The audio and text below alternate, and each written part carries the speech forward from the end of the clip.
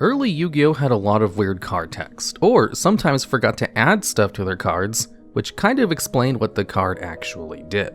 In this video, we'll be continuing this series of going over early Yu-Gi-Oh card text and pointing out the oddities of some of their text. And at number 10, we have Spellbook Organization. If you look at the original wording of this card, it's a quick play card which simply reads, see the 3 cards from the top of your opponent's deck, arrange them in any order desired, and replace them at the top of the deck. Your opponent cannot see the cards. Now, besides the weird text which says that you can arrange the top cards of your deck in any order that you desire, which is kind of an extreme way of describing the ability to rearrange the top cards of your opponent's deck, you may have noticed the name of this card is different from what I actually said, as the original name of Spellbook Organization was Pigeonholing Books of Spells.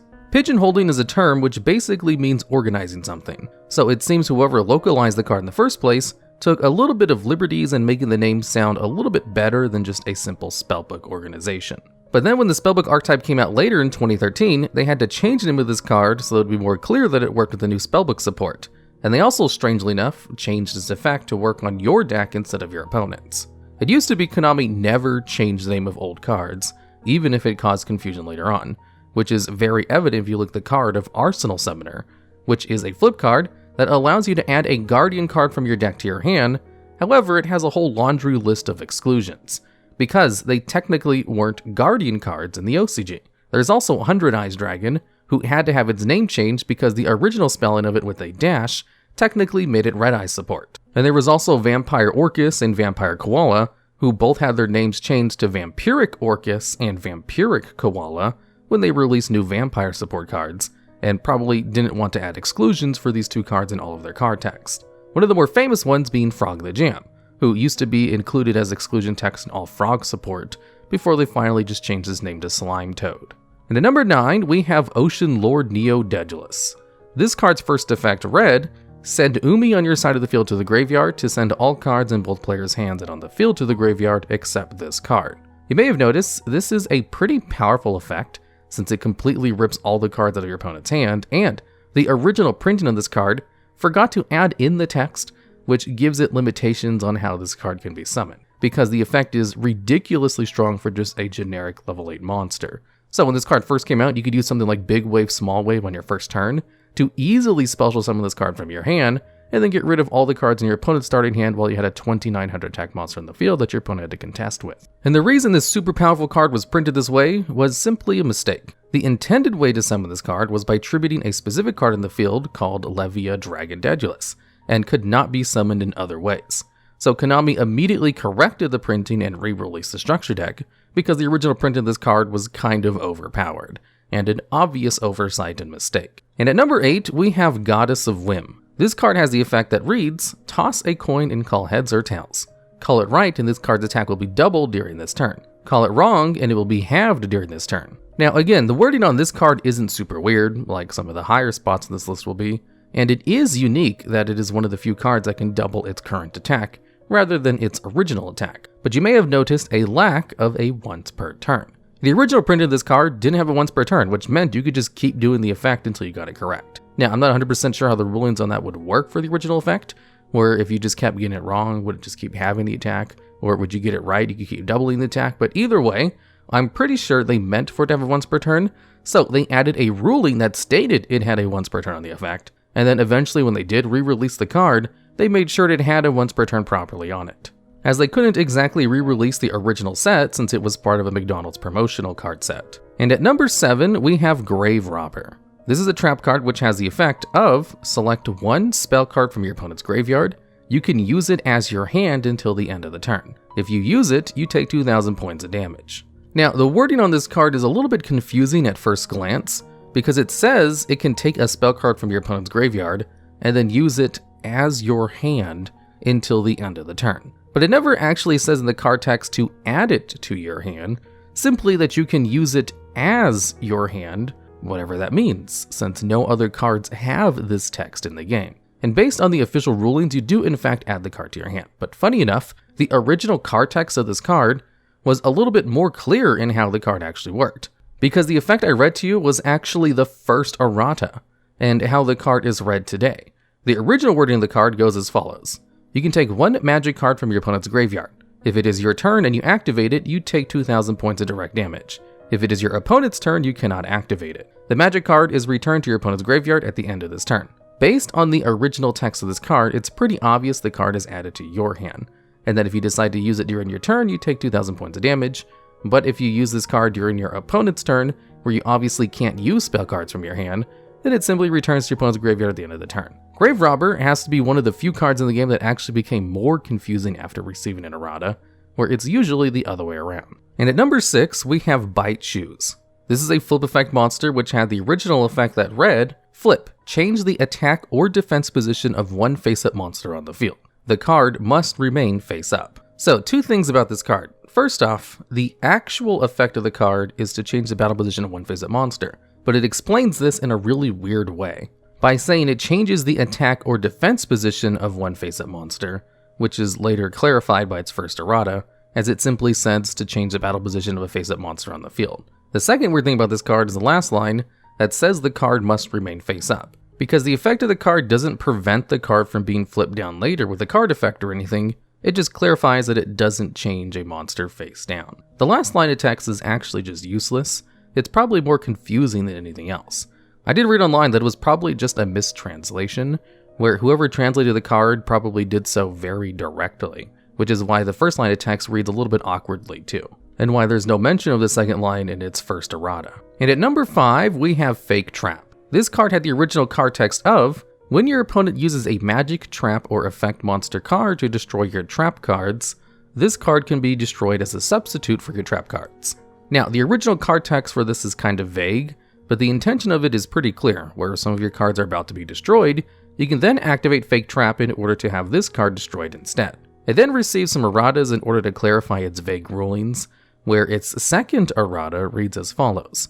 Activate only when your opponent activates a spell, trap, or effect monster's effect that would destroy trap cards you control. Destroy this card instead. If the cards that would be destroyed are face down, you can look at them to confirm. Now, the wording of this seems fine to an extent. It just further clarifies how the card actually works, except notice the last line, where it says that if the cards that would be destroyed are face down, you can look at them to confirm. This does not mean your opponent gets to look at the cards. It simply tells you that you're allowed to look at your own cards to make sure that they're trap cards or not, which obviously, you can look at your own cards whenever you want. This little bit of extra text is completely unnecessary in the card, unless it's saying that your opponent can check the cards and make sure that they were trap cards, and that they were indeed protected, but it never mentioned showing the cards to your opponent. And Yu-Gi-Oh! Has newer rulings where, unless a card specifically says you have to show cards to your opponent, then you don't have to, which is why Mind Crush has had some confusing rulings as of late. So, Fake Trap is one of the only cards in the game that tells you that you're allowed to look at your own cards, even though you can look at your own face-down cards whenever you want. So unless they have a card in the future which doesn't allow a player to look at their own face-down cards, then this last line of text is kind of unnecessary. And at number 4, we have the original Rocket Warrior. The original text for this card reads, this effect is only active during the battle phase of your turn. Battle damage to this card and this card's controller that they take from a battle involving this card becomes 0. After damage calculation, decrease the attack of the monster this card attacked by 500 points until the end of this turn. So, just like the original 5-headed dragon and Wabaku, this card refers to battle destruction immunity as not taking any battle damage to the card itself, which, as I mentioned in the first video on this subject, is not actually a mechanic in Yu-Gi-Oh! So early cards that refer to not taking any battle damage on the monsters themselves are actually saying they can't be destroyed by battle. So with its first errata, it was changed to actually clarify this by saying this card cannot be destroyed by battle during your battle phase, and also you take no damage from attacks involving this card. So I'm pretty sure Rocket Warrior, 5-headed dragon, and Wabaku are the only 3 cards in the game that had texts that reference monsters being able to take battle damage, which was just straight up not a mechanic of the game, and you had to know the specific rulings of these cards to figure out what they meant. And at number 3, we have Penguin Knight. This is a card that had the original text that read, when this card is sent directly from your deck to the graveyard by an opponent's card effect, combine your graveyard cards with your own deck, shuffle them, and then form a new deck. Now, there's a couple of unique things in this card text. One of them is that it has a weird way of wording, just returning all the cards in your graveyard back to your deck, as it goes through extra efforts to say that you combine your graveyard with your deck, and then you form a brand new deck. It did receive an errata, which, funnily enough, didn't really change the weird wording of this card, as the errata version simply clarifies that it needs to be sent from the deck to the graveyard by a card controlled by your opponent. And then instead of saying it combines your graveyard to form a new deck, it says to unite your graveyard with your deck, and then form a new deck. So it's just as dramatic as the original, and it hasn't had a re-release since its first errata, so the official card text of this card still tells you to unite your graveyard and create a brand new deck. So it's one of the few cards in the game that technically lets you make a new deck mid-duel. And at number 2, we have Gilasaurus. This card had the original text that reads, you may treat the normal summon of this card as a special summon. If you select special summon, your opponent may select a monster card from his or her graveyard and special summon that monster to the field. So Gilasaurus was one of the first low-level monsters in the game that could special summon itself from your hand without some kind of cost, as it only had an extra effect that would activate which was supposed to be a detrimental effect. But most people got around this by just using Gilasaurus on their first turn when their opponent didn't have a graveyard yet.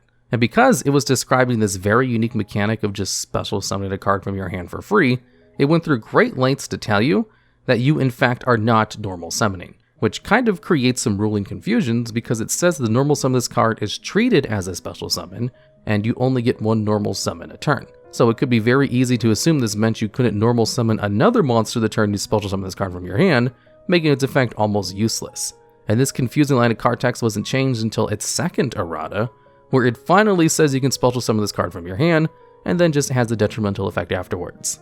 And at number 1, we have the original wording of Last Will. This card's original text reads, if a monster of yours is sent from the field to the graveyard during the turn that you played this card, you can select a monster with an attack of 1500 points or less from your deck and play it as a special summon. Shuffle the deck after playing the card. This card is active for one turn only. So, a few things about this card. The way it's supposed to work is if a monster of yours is sent from the field to the graveyard in any way during your turn, then you can use the effect of Last Will whenever to special summon a monster from your deck that has 1500 or less attack.